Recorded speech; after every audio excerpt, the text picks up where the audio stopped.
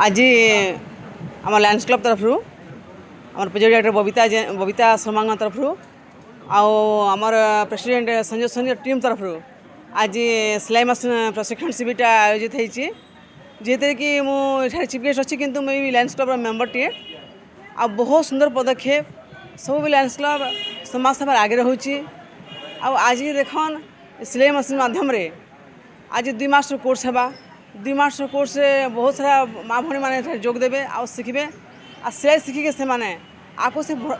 बढ़ी पारे जेहेतु महिला गोटे सशक्त होना बहुत जरूरी अच्छे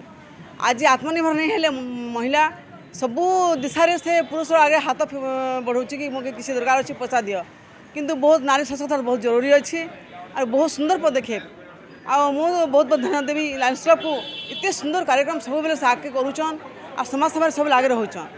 तो बस मुझे यही कहमी कि से जहाँ भी सहयोग हो मोर तरफ मु निश्चित प्रयास करमी आ लायंस क्लब को ही प्रार्थना करमी से आगे बढ़न आ सिलाई माध्यम समस्त महिला सशक्त होकर निज परिवार का भरण पोषण करन।